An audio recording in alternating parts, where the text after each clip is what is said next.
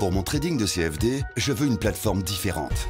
Des graphiques personnalisables, une exécution rapide, des spreads serrés, avec un acteur reconnu présent en France. Trader différemment avec CMC Markets.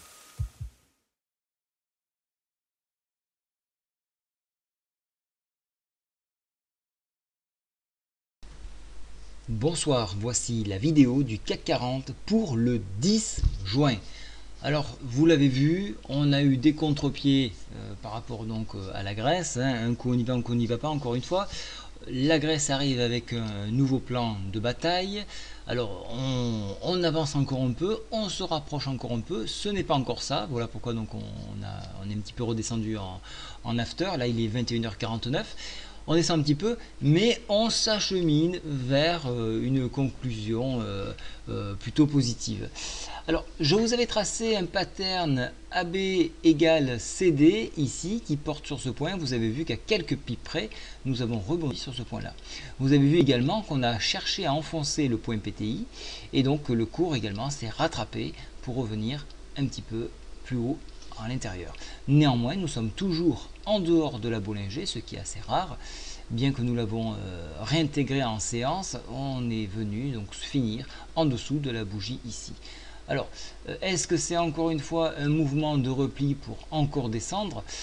Il reste bien évidemment ce palier, les 4798, qui est le dernier rempart pour les haussiers. Si celui-ci venait être enfoncé, à ce moment-là, on irait chercher donc l'oblique que je vous ai tracé ici, qui porterait donc à 4766.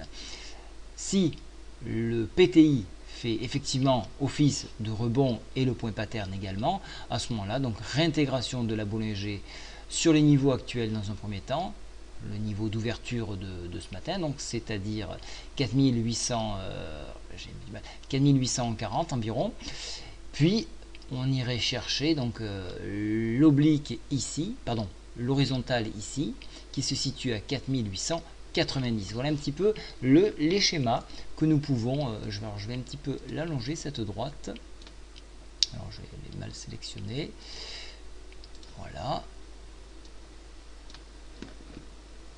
Donc voilà, j'ai étendu le trait, donc je vais le mettre en gras et en pointillé, en tiré, de façon à mieux le visualiser.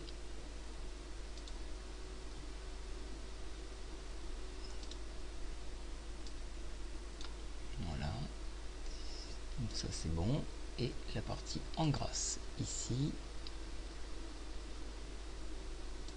Voilà, c'était moi qui cliquais au mauvais endroit. Voilà, donc je le remets ici pour une meilleure visibilité. Alors vous voyez donc la résistance qui se trouve donc à 4890. Donc nous sommes dans un travail entre la borne 4767 et la borne 4890. Alors au gré des nouvelles, bien évidemment, on va avoir tendance à prendre un pas beaucoup plus marqué dans un sens ou dans l'autre. Au dépassement des 4890, venir chercher la MM7 n'est absolument pas ridicule. Elle se trouve à 4945. Dans des mouvements, dans des situations que l'on vit actuellement, on peut avoir des amplitudes de plus de % comme moins de 2%. Donc ne soyez pas surpris par le marché et ne pensez pas, une fois qu'une annonce sera donnée, qu'un mouvement de saturation puisse être un point d'entrée pour travailler le sens opposé, attention, donc soyez très vigilants à cela. Donc quand même, on voit que les bulles sont massivement planquées derrière ce PTI et le point pattern, et on le voit au niveau de cette mèche. Donc pour demain matin, au niveau des indicateurs, on est toujours orienté à la baisse, mais vous voyez que nous sommes dans une zone de survente marquée à la fois par la Bollinger et par le stochastique. Donc c'est pour ça que nous avons plutôt un mouvement de consolidation pour l'instant, en revenant un petit peu sur nos pas et en essayant de réintégrer cette Bollinger. Donc pour ma part, on est vraiment sur le tranchant là, donc en cas de rebond ici, ce sera plutôt aussi, en cas d'enfoncement ici. Pour l'instant, il faut attendre de voir comment va être travaillé le point PTI, qui est le dernier rempart, je le rappelle, le dernier rempart pour les haussiers.